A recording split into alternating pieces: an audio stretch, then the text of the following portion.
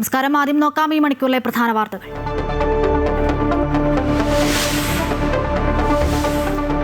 ബലാത്സംഗ പരാതിയിൽ റിമാൻഡിലായ രാഹുൽ മാങ്കൂട്ടത്തിൽ മാവേലിക്കര സബ് ജയിലിൽ. അറസ്റ്റിലായത് മൂന്നാമത്തെ പരാതിയിൽ. ക്രൂരപീഡനവും സാമ്പത്തിക ചൂഷണവും നടത്തിയെന്ന് വിദേശത്തുള്ള പത്തനംതിട്ട സ്വദേശിനി. രാഹുൽ സ്ഥിരം കുറ്റവാളിയെന്നും അതിജീവിതമാരെ അപായപ്പെടുത്താൻ സാധ്യതയെന്നും റിമാൻഡ് റിപ്പോർട്ട്. അറസ്റ്റ് മുഖ്യമന്ത്രിയുടെ നിർദ്ദേശപ്രകാരം. നാടകീയ അറസ്റ്റ്. വിശ്വസ്തരായ ഉദ്യോഗസ്ഥരെ മാത്രം ഉൾപ്പെടുത്തി പഴുതടച്ച ഓപ്പറേഷനിലൂടെ.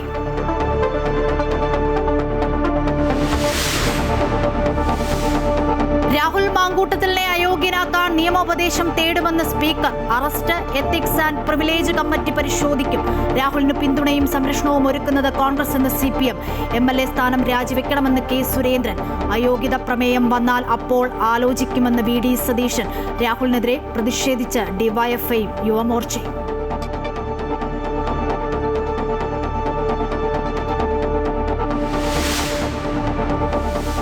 ശബരിമല സ്വർണ്ണക്കൊള്ളയിൽ റിമാൻഡിലുള്ള തന്ത്രി കണ്ഠരര് രാജീവർ ആശുപത്രി വിട്ടു. തിരുവനന്തപുരം സ്പെഷ്യൽ സബ് ജയിലിലേക്ക് മാറ്റി. തന്ത്രിയും മുഖ്യപ്രതി ഉണ്ണികൃഷ്ണൻ പോറ്റിയും തമ്മിലുള്ള സാമ്പത്തിക ഇടപാടുകളിൽ ഊന്നി SIT അന്വേഷണം.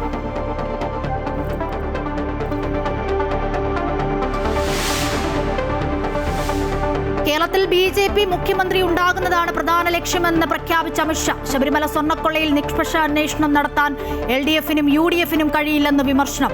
BJP പ്രതിനിധി സമ്മേളനത്തിൽ മിഷൻ 2026 അവതരിപ്പിച്ച അമിത്ഷാ.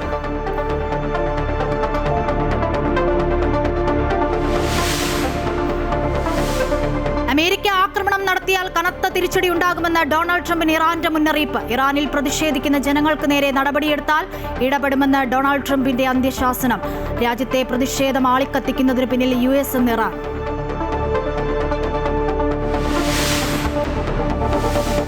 ന്യൂസിലൻഡിനെതിരായ ഒന്നാം ഏകദിനത്തിൽ ഇന്ത്യക്ക് 301 റൺസ് വിജയലക്ഷ്യം. മുഹമ്മദ് സിറാജ്, ഹർഷദ് റാണ, പ്രസിദ്ധ് കൃഷ്ണ എന്നിവർക്ക് 2 വിക്കറ്റുകൾ വീതം.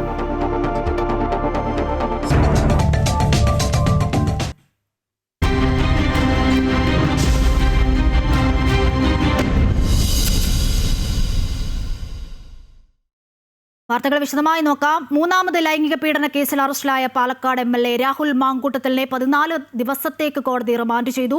പ്രതി സ്ഥിരം കുറ്റവാളിയാണെന്നും പുറത്തിറങ്ങിയാൽ അതിജീവിതമാരെ അപായപ്പെടുത്താൻ സാധ്യതയെന്നും റിപ്പോർട്ടിൽ. രാഹുലിന്റെ അഭിഭാഷകൻ ജാമ്യ ഹർജി നൽകിയെങ്കിലും ഹർജി തള്ളി. ഇതോടെ രാഹുലിനെ മാവേലിക്കര സബ് ജയിലിലേക്ക് മാറ്റി. പത്തനംതിട്ട സ്വദേശിയും വിദേശ മലയാളിയുമായ യുവതി ഇമെയിൽ വഴി നൽകിയ പരാതിയുടെ അടിസ്ഥാനത്തിലാണ് രാത്രി 12:30 പാലക്കാട് നിന്നും രഹസ്യ നീക്കത്തിലൂടെ പ്രത്യേക അന്വേഷണ സംഘം രാഹുൽ മാങ്കൂട്ടത്തിൽ MLA-യെ കസ്റ്റഡിയിലെടുത്തത്. തുടർന്ന് പത്തനംതിട്ട AR ക്യാമ്പിലെത്തിച്ച് അറസ്റ്റ് രേഖപ്പെടുത്തി.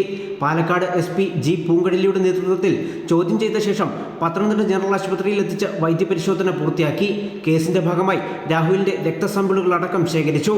ആശുപത്രിയിൽ എത്തിച്ച രാഹുലിനെതിരെ വിവിധ യുവജന സംഘടനകൾ വലിയ പ്രതിഷേധമാണ് ഉയർത്തിയത്.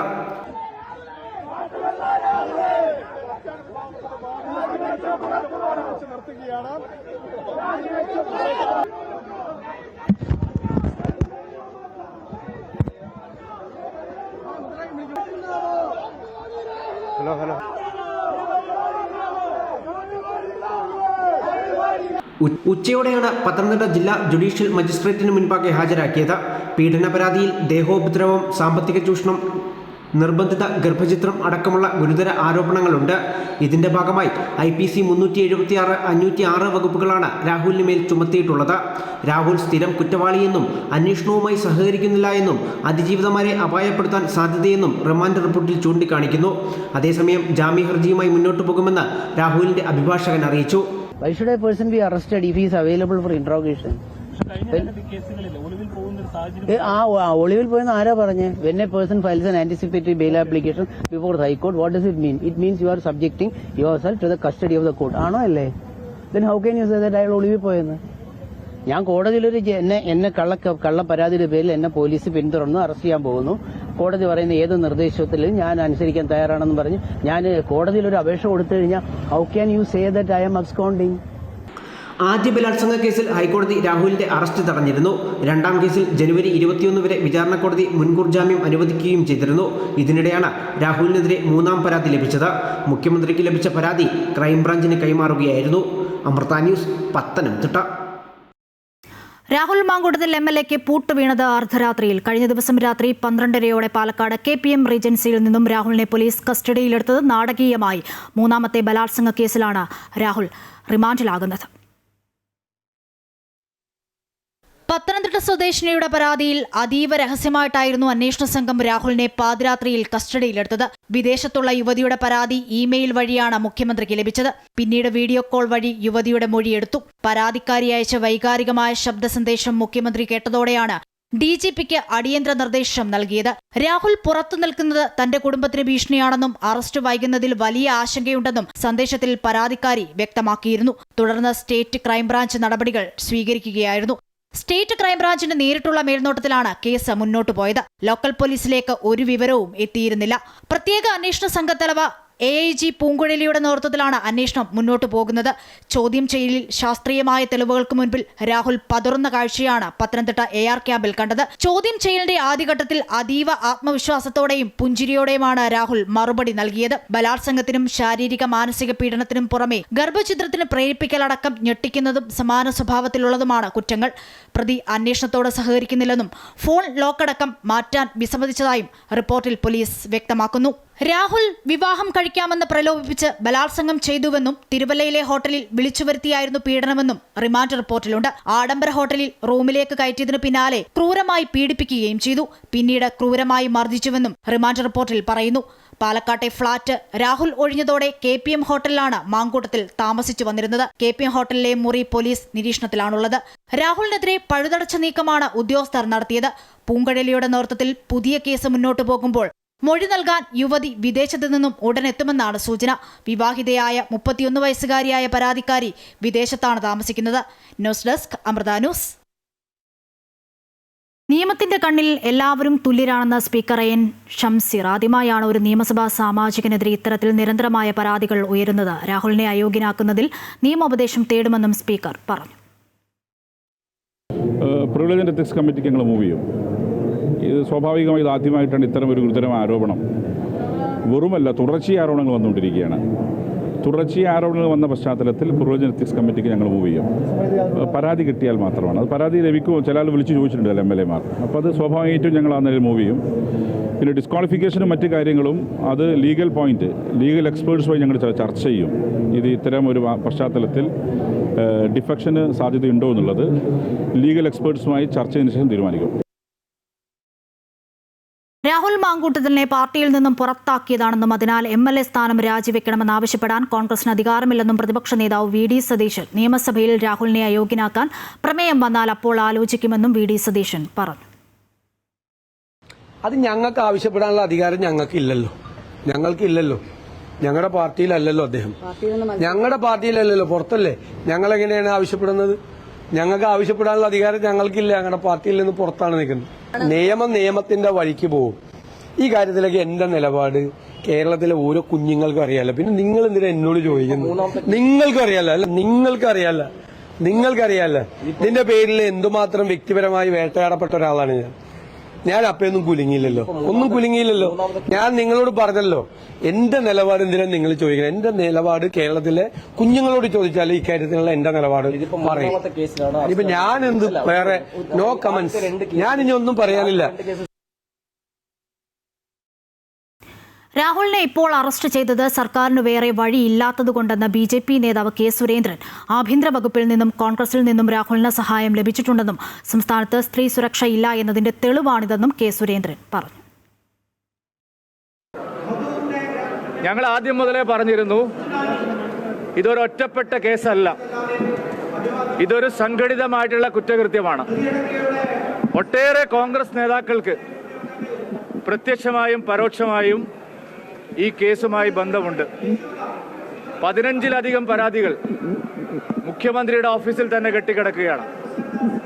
10-20ഓളം വനിതാ കോൺഗ്രസ് നേതാക്കൾ ബഹുമാനപ്പെട്ട പ്രതിപക്ഷ നേതാവിനും PCC അധ്യക്ഷനും ഇതിനു മുമ്പ് പരാതി നൽകിയതാണ്. പക്ഷെ ആ പരാതികളൊന്നും വെളിച്ചം കണ്ടില്ല. ഇതിപ്പോൾ അതിജീവിത തന്നെ ശാസ്ത്രീയമായ തെളിവുകളെല്ലാം ശേഖരിച്ച് നൽകിയ പരാതി ആയതുകൊണ്ട് മാത്രമാണ് സർക്കാരിന് അറസ്റ്റ് ചെയ്യേണ്ടി വന്നത്. കഴിഞ്ഞ തവണ മുൻകൂർ ജാമ്യം കിട്ടിയത് കേരള പോലീസിന്റെ സഹായത്തോടു കൂടിയാണ്. രാഹുൽ മാങ്കൂട്ടത്തിനെ ട്രേസ് ചെയ്ത അല്ലെങ്കിൽ ചേസ് ചെയ്ത പോലീസുകാർ തന്നെ അത് മുഴുവൻ വിവരങ്ങളും ചോർത്തി കൊടുത്തിട്ടുണ്ടായി. രാഹുൽ മാങ്കൂട്ടത്തിൽ വിഷയത്തിൽ പാർട്ടി മറുപടി പറയേണ്ട കാര്യമില്ല എന്നാണ് കോൺഗ്രസ് നേതാക്കളുടെ പ്രതികരണം. ഉചിതമായ നടപടി പാർട്ടി സ്വീകരിച്ചുവെന്നും നേതാക്കൾ വ്യക്തമാക്കി. അതേസമയം രാഹുൽ മാങ്കൂട്ടത്തിന് കോൺഗ്രസ് സംരക്ഷണ കവചം ഒരുക്കിയെന്നും രാജി ആവശ്യപ്പെട്ടില്ല എന്നും LDF കുറ്റപ്പെടുത്തി. പാർട്ടിയിൽ നിന്നും പുറത്താക്കപ്പെട്ട വ്യക്തി എന്തു ചെയ്യുന്നുവെന്ന് അന്വേഷിക്കേണ്ട ബാധ്യത കോൺഗ്രസ് പാർട്ടിക്ക് ഇല്ലെന്നായിരുന്നു കോൺഗ്രസ് നേതാവ് K മുരളീധരന്റെ പ്രതികരണം. ബ്രഹ്മാസ്ത്രം പ്രയോഗിക്കേണ്ട സമയത്ത് പ്രയോഗിച്ചിട്ടുണ്ട് എന്നും അദ്ദേഹം കൂട്ടിച്ചേർത്തു. അദ്ദേഹത്തിന്റെ ഭാഗത്ത് തെറ്റ് സംഭവിച്ചുകൊണ്ടാണ് പാർട്ടി അദ്ദേഹത്തിനെ പുറത്താക്കിയത്. അപ്പോൾ അതിനുശേഷം നടക്കുന്ന ഒരു കാര്യങ്ങളെക്കുറിച്ച് ഞങ്ങൾക്ക് ഉത്തരവാദിത്വമില്ല, ഞങ്ങൾ അതിനെക്കുറിച്ച് അഭിപ്രായം പറയേണ്ട കാര്യമില്ല. രാഹുൽ മാങ്കൂട്ടത്തിലിന്റെ കാര്യത്തിൽ കോൺഗ്രസ് ഉചിതമായ നടപടിയെടുത്തുവെന്നും രാഹുലിന്റേത് ഇപ്പോൾ വ്യക്തിപരമായ വിഷയം മാത്രം എന്നുമായിരുന്നു PK കുഞ്ഞാലിക്കുട്ടിയുടെ പ്രതികരണം. നേരിടേണ്ട ഉത്തരവാദിത്വം ആ വ്യക്തിക്കാണ്. അത് കോൺഗ്രസ് എത്രയോ തവണ ആവർത്തിച്ച് അത് വ്യക്തമാക്കി കഴിഞ്ഞ സ്ഥിതിക്ക് അതിന്റെ നിയമം അതിന്റെ വഴിക്ക് പോകുന്നല്ലാതെ അതിന് മറുപടി പറയേണ്ട യാതൊരു ഉത്തരവാദിത്വം ഇപ്പോൾ കോൺഗ്രസിനില്ല. അതേസമയം രാഹുൽ മാങ്കൂട്ടത്തിലിനെ ഭയപ്പെടുന്നതുകൊണ്ടാണ് കോൺഗ്രസ് ഇതുവരെ കർശന നടപടി സ്വീകരിക്കാത്തത് എന്ന് മന്ത്രി V ശിവൻകുട്ടി കുറ്റപ്പെടുത്തി. ഇപ്പോഴും കോൺഗ്രസ് ക്യാമ്പുകളിൽ നിന്ന് നല്ല പിന്തുണ ഇദ്ദേഹത്തിന് കിട്ടുന്നു എന്നുള്ളതാണ് നമുക്ക് ലഭിക്കുന്ന വിവരങ്ങൾ. വിഷയത്തിൽ കോൺഗ്രസിന് രണ്ട് നിലപാടാണെന്നും രാഹുലിന് കോൺഗ്രസ് പരോക്ഷമായി പിന്തുണ നൽകുന്നു എന്നും മന്ത്രി P രാജീവ് പ്രതികരിച്ചു. MLA സ്ഥാനത്തിന്റെ അയോഗ്യത സംബന്ധിച്ച് നിയമത്തിന്റെ വഴിക്ക് പോകുമെന്നും അദ്ദേഹം കൂട്ടിച്ചേർത്തു. പക്ഷേ കോൺഗ്രസ് രണ്ട് നിലയിലുള്ള സമീപനമാണല്ലോ സ്വീകരിക്കുന്നത്. പരോക്ഷമായിട്ട് പിന്തുണയ്ക്കുന്നു, പ്രത്യക്ഷമായിട്ട് നിലപാട് സ്വീകരിക്കുന്നു. അപ്പോൾ അത് നമ്മുടെ നാട്ടിലെ ജനങ്ങൾ തന്നെ ഇതെല്ലാം കാണുന്നുണ്ട്. രാഹുൽ മാങ്കൂട്ടത്തിലിന് കോൺഗ്രസ് സംരക്ഷണ കവചമൊരുക്കിയെന്നും കോൺഗ്രസിന്റെ വികൃത മുഖമാണ് ഇപ്പോൾ പ്രകടമായത് എന്നും LDF കൺവീനർ TP രാമകൃഷ്ണൻ കുറ്റപ്പെടുത്തി. അദ്ദേഹത്തിന്റെ രാജി കോൺഗ്രസ് ആവശ്യപ്പെടണം. ഇതുവരെ അത്തരമൊരു പ്രശ്നം കോൺഗ്രസ് ഉയർത്തിയിട്ടില്ലല്ലോ. രാഹുലിന്റെ ഇപ്പോഴത്തെ അറസ്റ്റ് പരാതിയുമായി മുന്നോട്ട് വരാൻ സ്ത്രീകൾക്ക് ധൈര്യം പകരുന്ന നടപടി എന്നായിരുന്നു കോൺഗ്രസ് സഹയാത്രികയും പ്രസാധകയുമായ MA ഷഹനാസിന്റെ പ്രതികരണം. നാണമുണ്ടെങ്കിൽ രാഹുൽ MLA സ്ഥാനം രാജിവെക്കണമെന്നും ഷഹനാസ് ആവശ്യപ്പെട്ടു. രാഹുൽ മാങ്കൂട്ടം എന്ന് പറയുന്ന വ്യക്തിക്ക് അല്പമെങ്കിലും നാണമുണ്ടെങ്കിൽ, കോൺഗ്രസിന്റെ പ്രാഥമിക അംഗത്വത്തിൽ നിന്ന് വരെ പുറത്താക്കിയിട്ടുള്ള ഒരു വ്യക്തിയാണ്, അല്പമെങ്കിലും നാണമുണ്ടെങ്കിൽ എപ്പോഴോ രാജിവെക്കേണ്ടതാണ്. രാഹുലിന്റെ അറസ്റ്റിലൂടെ ഇരകൾക്ക് ആദ്യ നീതി ലഭിച്ചുവെന്നും അറസ്റ്റിൽ സന്തോഷമെന്നും എഴുത്തുകാരി ഹണി ഭാസ്കറും പ്രതികരിച്ചു. സർക്കാർ അത്ര കർക്കശമായിട്ട് തന്നെ അയാളുടെ പിന്നാലെ ഉണ്ടായിരുന്നു. ആ രീതിയിൽ തന്നെ ഇരയ്ക്കൊപ്പം അല്ലെങ്കിൽ അവൾക്കൊപ്പം എന്നുള്ള ഒരു ആശയത്തെ മുൻനിർത്തിയിട്ട് നിയമ സംവിധാനങ്ങൾ മുൻപോട്ട് പോയിട്ടുണ്ട് എന്നുള്ളതാണ്. News desk Amrita news. സംസ്ഥാനത്തെ മാവേലി സ്റ്റോറുകൾ ഇനി സൂപ്പർ സ്റ്റോറുകളായി മാറുമെന്ന് മന്ത്രി GR അനിൽ. സപ്ലൈകോയുടെ 50ാം വാർഷികാഘോഷങ്ങളുടെ ഭാഗമായി മാവേലി സ്റ്റോറുകളെ സൂപ്പർ സ്റ്റോറുകളായി ഉയർത്തുന്നതിൽ കൂടുതൽ കേന്ദ്രങ്ങളിലേക്ക് സേവനം വ്യാപിപ്പിക്കുന്നതിനും സർക്കാർ മുൻഗണന നൽകുമെന്ന് മന്ത്രി പറഞ്ഞു. കാസർഗോഡ് പെരിയ സപ്ലൈകോ സൂപ്പർ മാർക്കറ്റിന്റെ ഉദ്ഘാടനം ഓൺലൈനായി നിർവഹിച്ച് സംസാരിക്കുകയായിരുന്നു അദ്ദേഹം. ഏകദേശം 50 ലക്ഷം കുടുംബങ്ങൾ പ്രതിമാസം സപ്ലൈകോ മാർക്കറ്റുകൾ ആശ്രയിക്കുന്ന തരത്തിലേക്ക് സപ്ലൈകോ ജനങ്ങളുടെ നിത്യജീവിതത്തിന്റെ ഭാഗമായി മാറിക്കഴിഞ്ഞു. അതിനാൽ കൂടുതൽ പുതിയ കേന്ദ്രങ്ങൾ തുടങ്ങുമെന്നും മന്ത്രി GR അനിൽ അറിയിച്ചു. പെരിയയിൽ നടന്ന ഉദ്ഘാടന ചടങ്ങിൽ രാജ്മോഹൻ ഉണ്ണിത്താൻ MPയും മുഖ്യാതിഥിയായിരുന്നു. തന്ത്രി കണ്ഠർ രാജീവരുടെ ആരോഗ്യനില തൃപ്തികരം. തന്ത്രിയെ തിരുവനന്തപുരം സ്പെഷ്യൽ സബ് ജയിലിലേക്ക് മാറ്റി. ചൊവ്വാഴ്ച തന്ത്രിയുടെ ജാമ്യാപേക്ഷ കോടതി പരിഗണിക്കും.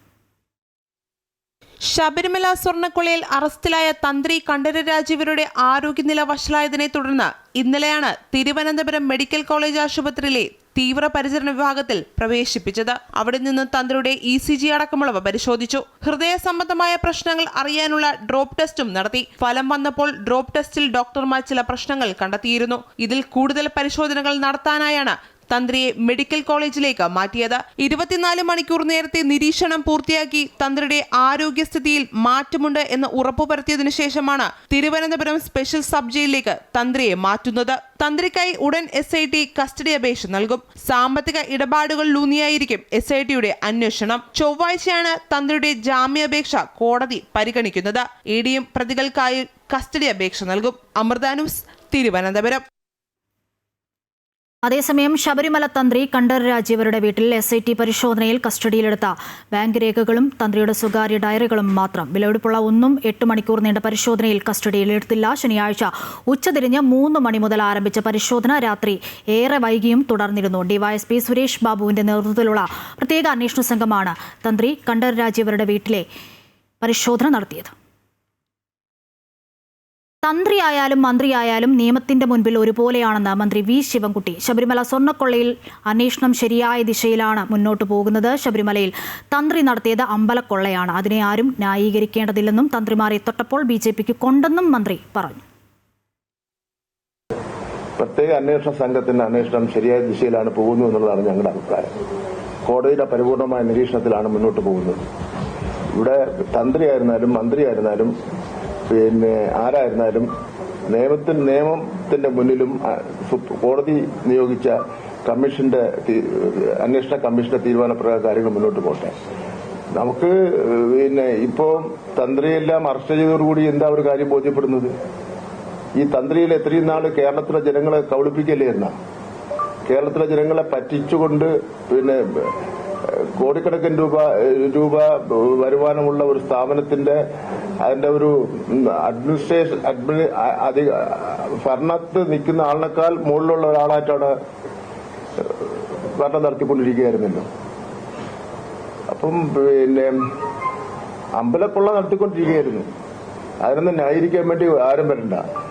BJP കേരളത്തിൽ BJP പ്രതിനിധി സമ്മേളനത്തിൽ മിഷൻ 2026 അവതരിപ്പിച്ച ആഭ്യന്തരമന്ത്രി അമിത്ഷാ ഇന്ന് കോർപ്പറേഷനിൽ BJP മേയർ വന്നെങ്കിൽ നാളെ കേരളത്തിൽ BJP മുഖ്യമന്ത്രി ഉണ്ടാകുമെന്നും അമിത്ഷാ പറഞ്ഞു. ശബരിമല സ്വർണ്ണക്കൊള്ളയിൽ നിഷ്പക്ഷ അന്വേഷണം നടത്താൻ LDFനും UDFനും കഴിയില്ല. കേരളത്തിലെ വിശ്വാസികളെ സംരക്ഷിക്കാനായില്ലെങ്കിൽ പിണറായി വിജയന് ഇറങ്ങിപ്പോകാൻ സമയമായി എന്നും വിമർശനം. വികസിത കേരളം സാധ്യമാകണമെങ്കിൽ LDFന്റെയും UDFന്റെയും കസേരകളി അവസാനിപ്പിച്ച് BJP അധികാരത്തിൽ വരണമെന്നും അമിത്ഷാ ആഹ്വാനം ചെയ്തു.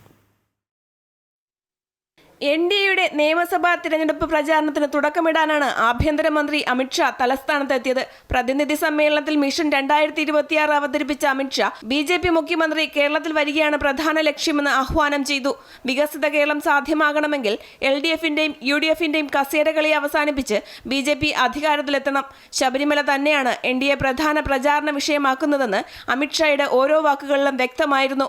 2 മന്ത്രിമാർ ജനമനസ്സുകളിൽ കുറ്റവാളികളാണെന്നും കോൺഗ്രസ് നേതാക്കൾ പ്രതികളോടൊപ്പം നിൽക്കുന്ന ചിത്രങ്ങൾ പുറത്തുവന്നതും ഓർമ്മിപ്പിച്ചു. ശബരിമലയിൽ നിഷ്പക്ഷ അന്വേഷണം നടന്നില്ലെങ്കിൽ കടുത്ത പ്രക്ഷോഭത്തിലേക്ക് കടക്കുമെന്ന് അമിത്ഷാ മുന്നറിയിപ്പ് നൽകി.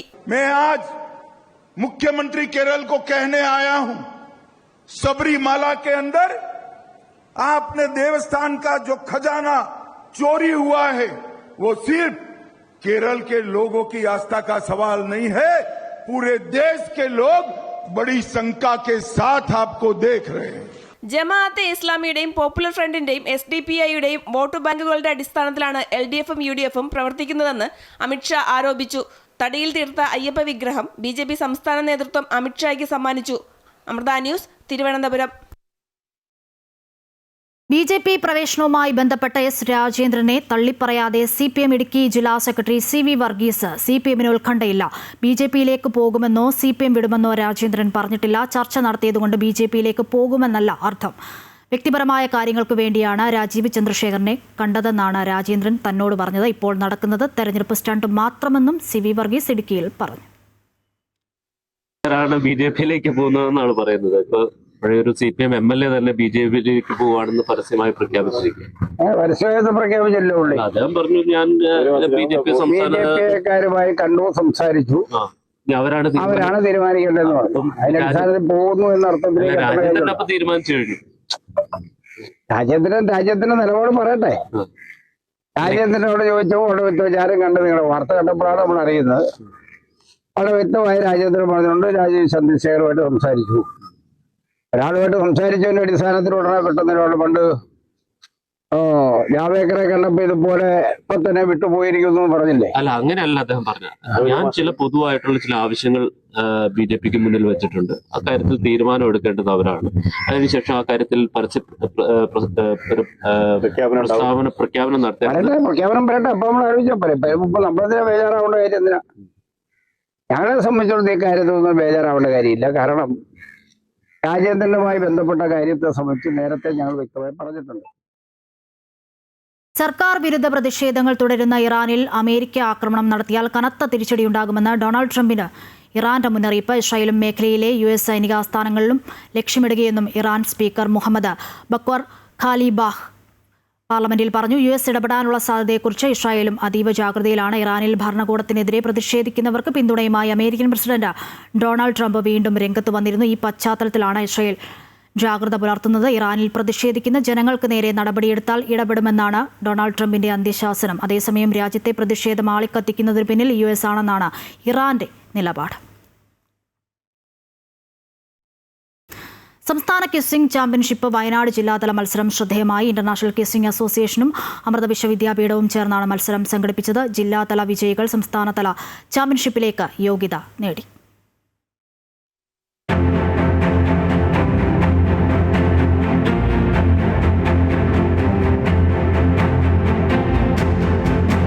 കേരളത്തിന്റെ ക്വിസ്സിംഗ് ചരിത്രത്തിൽ പുതിയ അധ്യായമാണ് ഇന്റർനാഷണൽ ക്വിസ്സിംഗ് അസോസിയേഷനും അമൃത വിശ്വവിദ്യാപീഠവും ചേർന്നുള്ള മത്സരങ്ങൾ. കേരളത്തിന്റെ ഔദ്യോഗിക ക്വിസ് ചാമ്പ്യൻ സ്കൂൾ പദവിക്ക് വേണ്ടിയുള്ള മത്സരത്തിൽ ആകർഷകമായ സമ്മാനങ്ങളാണ് ഒരുക്കിയിട്ടുള്ളത്. വയനാട് മുട്ടിൽ WMO ഇംഗ്ലീഷ് അക്കാദമിയിൽ നടത്തിയ മത്സരത്തിൽ സബ് ജൂനിയർ വിഭാഗത്തിൽ സെന്റ് തോമസ് HSS നടവയിലെ മുഹമ്മദ് അമിൻ ഷാ, ഇബായത്തുൽ നൌറിൻ എന്നിവർ ജേതാക്കളായി. നടവയൽ സ്കൂളിൽ നിന്നും മുഹമ്മദ് അമിൻ ഷാ ആൻഡ് ഇബാദിയ നൂറിൻ.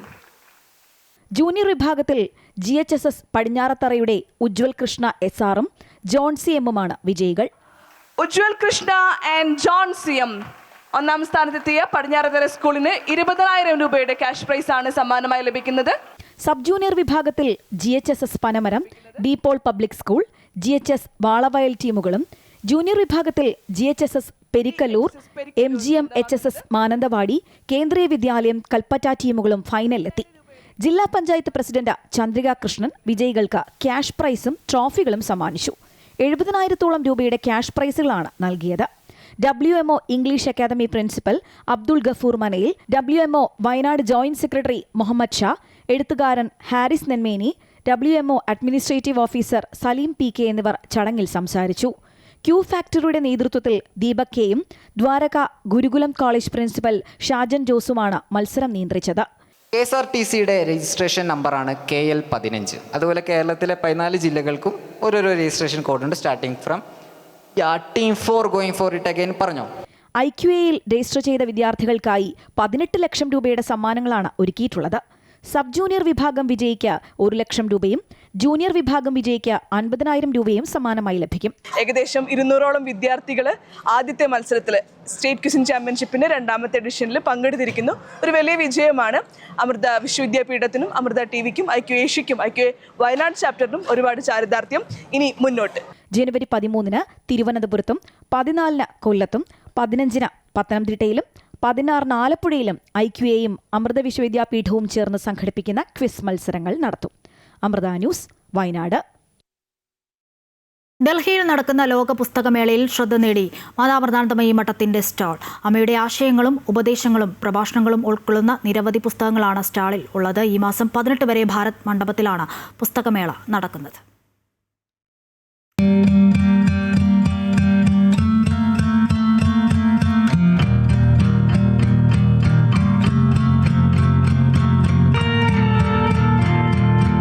വായനയുടെ വാതായനങ്ങൾ പുതിയ തലമുറയ്ക്ക് കൂടുതൽ പരിചയപ്പെടുത്തുക ലക്ഷ്യമിട്ടാണ് കേന്ദ്ര വിദ്യാഭ്യാസ വകുപ്പ് ഒരാഴ്ച നീണ്ടു നിൽക്കുന്ന ലോക പുസ്തകമേള സംഘടിപ്പിച്ചിരിക്കുന്നത്.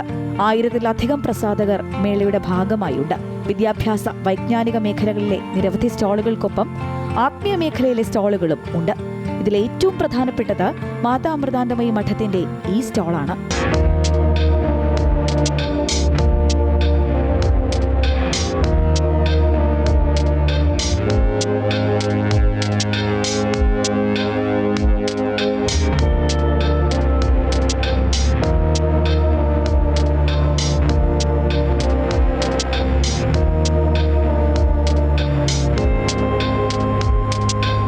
അമ്മയുടെ പ്രഭാഷണങ്ങളും ഉപദേശങ്ങളും ചിന്തകളും ഒക്കെ ഉൾക്കൊള്ളുന്ന പുസ്തകങ്ങളാണ് സ്റ്റാളിൽ ഒരുക്കിയിട്ടുള്ളത്.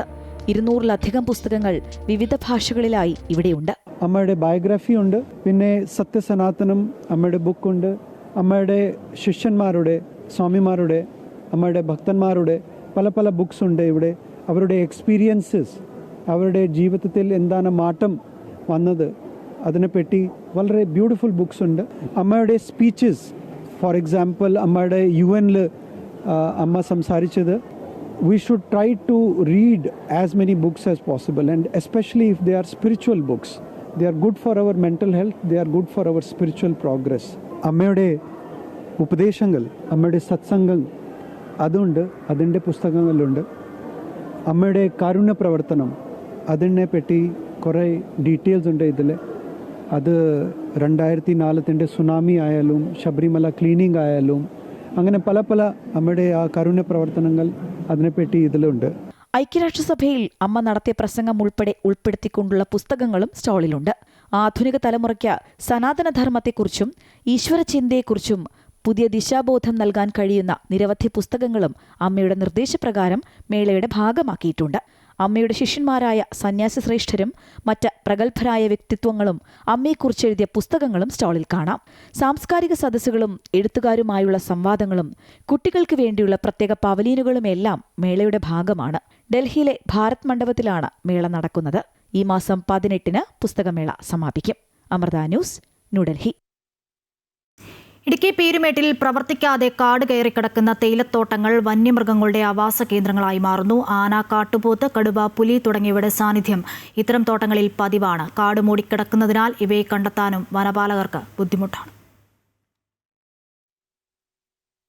തേയിലത്തോട്ടം മേഖലയുമായി ബന്ധപ്പെട്ട് കിടക്കുന്ന പ്രദേശമാണ് പീരുമേട്. ഇവിടെ പ്രവർത്തിക്കുന്നതും പൂട്ടിക്കിടക്കുന്നതുമായ നിരവധി തോട്ടങ്ങളുണ്ട്. പൂട്ടിയ തോട്ടങ്ങൾ കൃഷി ചെയ്യാതെ കാടുപിടിച്ച് വനത്തിന് സമാനമായി കിടക്കുന്നു. ഈ പ്രദേശങ്ങളാണ് വന്യമൃഗങ്ങളുടെ പ്രധാന ആവാസ കേന്ദ്രമായി മാറുന്നത്. ആന, കടുവ, പുലി, കാട്ടുപോത്ത്, കാട്ടുപന്നി തുടങ്ങിയവയെല്ലാം കാടുപിടിച്ച് കിടക്കുന്ന ഭാഗങ്ങളിലുണ്ടെന്നാണ് നാട്ടുകാർ പറയുന്നത്. കഴിഞ്ഞ നാളുകളിലുണ്ടായ സംഭവങ്ങൾ ഇതിന് തെളിവായി ഇവർ ചൂണ്ടിക്കാണിക്കുന്നു. സർക്കാർ ഇടപെട്ട് എത്രയും വേഗം ഈ വനമേഖല പോലെ കിടക്കുന്ന തോട്ടം ഭൂമികളും അതുപോലെ സർക്കാരിന്റെ കുത്തകപ്പാട്ടത്തിൽ കിടക്കുന്ന കൃഷി ചെയ്യാത്ത ഭൂമികളും ഏറ്റെടുത്ത് കൃഷിയോഗ്യമാക്കുകയോ അല്ലെങ്കിൽ മറ്റുള്ള പ്രവർത്തനങ്ങൾക്ക് വേണ്ടി വിനിയോഗിക്കുകയോ ചെയ്തില്ലെങ്കിൽ ഈ നാട്ടുപ്രദേശത്ത് ജനവാസ മേഖലകളിലുള്ള വന്യജീവി ആക്രമണത്തിന് ഒരു കുറവും വരുത്തുവാൻ സാധിക്കില്ല. പീരുമേട്ടിലെ പ്രധാന ടൗണുകളോടും ജനവാസ മേഖലകളോടും ചേർന്നാണ് തേയിലത്തോട്ടങ്ങൾ സ്ഥിതി ചെയ്യുന്നത്. അതിനാൽ തോട്ടങ്ങളിലെത്തുന്ന വന്യമൃഗങ്ങൾ ജനവാസ മേഖലയിലേക്ക് കടക്കുന്നതും പതിവാണ്.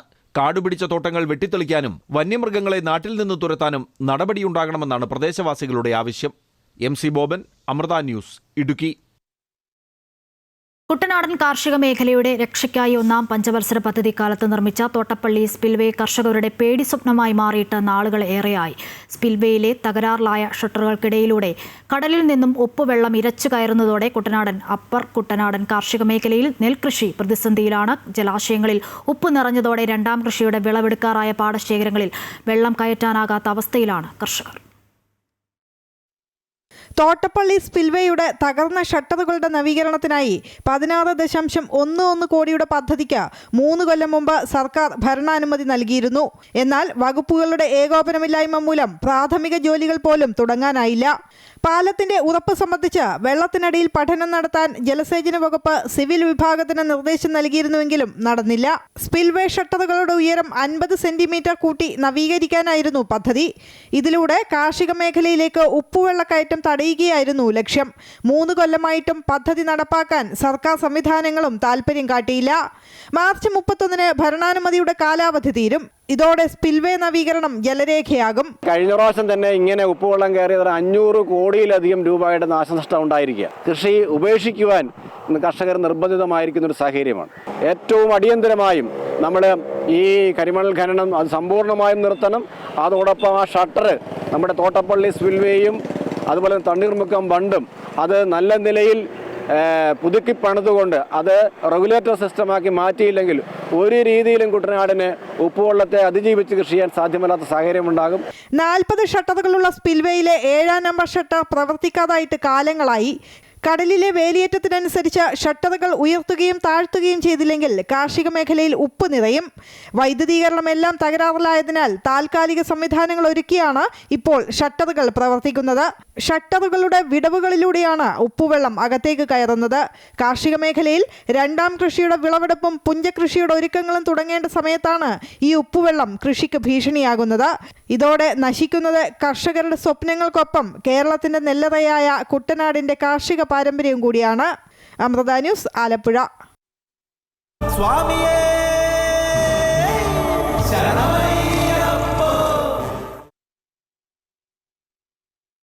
മകരവിളക്കിന് 3 ദിവസം ശേഷിക്കെ ശബരിമലയിൽ ഒരുക്കങ്ങൾ അവസാന ഘട്ടത്തിലേക്കാണ്. അവധി ദിനമായിട്ടും ഇന്ന് സന്നിധാനത്ത് ഭക്തരുടെ തിരക്ക് അനുഭവപ്പെട്ടില്ല. 40,000-ൽ താഴെ ഭക്തരാണ് 4 മണിവരെ ദർശനം നടത്തിയത്. ഇന്നലെ 71,000 ഭക്തർ ദർശനം നടത്തിയതും നട തുറന്നതിനു ശേഷമുള്ള കുറഞ്ഞ കണക്കാണ്. അതേസമയം രാത്രിയോടെ ഭക്തർ കൂട്ടമായി സന്നിധാനത്തേക്ക് എത്തുമെന്നാണ് പ്രതീക്ഷ. എരുമേലിപ്പേട്ട സംഘങ്ങളും അടുത്ത ദിവസം സന്നിധാനത്ത് എത്തും.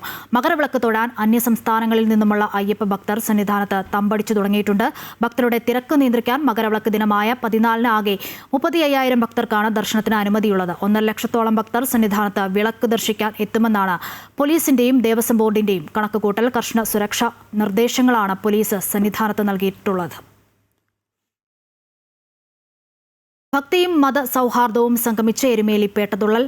അയ്യപ്പൻ മഹിഷിയെ നിഗ്രഹിച്ചതിന്റെ ആഹ്ലാദ പ്രതീകമായാണ് പേട്ടതുള്ളൽ നടക്കുന്നത്. ഉച്ചയ്ക്ക് 12:30 കൃഷ്ണപ്പരുന്ത് ആകാശത്ത് വട്ടമിട്ട് പറന്നപ്പോൾ അമ്പലപ്പുഴ സംഘത്തിന്റെ പേട്ടതുള്ളൽ ആരംഭിച്ചു. എരുമേലി കൊച്ചമ്പലത്തിൽ തിടമ്പുകൾ പൂജിച്ച ശേഷം ഗജവീരന്മാരുടെയും വാദ്യമേളങ്ങളുടെയും അകമ്പടിയോടെയാണ് അമ്പലപ്പുഴ സംഘത്തിന്റെ പേട്ടതുള്ളൽ ആരംഭിച്ചത്. നൈനാർ പള്ളിയിലെത്തിയ സംഘത്തെ പള്ളി ഭാരവാഹികൾ സ്വീകരിച്ചു. തുടർന്ന് വാവരുടെ പ്രതിനിധിയുമായി അമ്പലപ്പുഴ സംഘം പേട്ടതുള്ളി വലിയമ്പലത്തിലേക്ക് നീങ്ങി. ഉച്ചകഴിഞ്ഞ് 3:30 ആലങ്ങാട് സംഘത്തിന്റെ പേട്ടതുള്ളൽ ആരംഭിച്ചു. ആകാശത്ത് വെള്ളി നക്ഷത്രം കണ്ടാണ് ആലങ്ങാട് സംഘം പേട്ടതുള്ളൽ ആരംഭിച്ചത്. അമ്പലപ്പുഴ സംഘത്തിനൊപ്പം വാവരും പോയി എന്ന സങ്കല്പത്തിൽ വാവർ പള്ളിയിൽ കയറാതെയാണ് ആലങ്ങാട് സംഘം പേട്ടതുള്ളി വലിയ അമ്പലത്തിലേക്ക് പോകുന്നത്. വലിയ അമ്പലത്തിലെത്തി പേട്ടതുള്ളൽ സമാപിച്ചതിനെ തുടർന്ന് ആലങ്ങാട് സംഘത്തിന്റെ ഗോളക സമർപ്പണവും നടന്നു.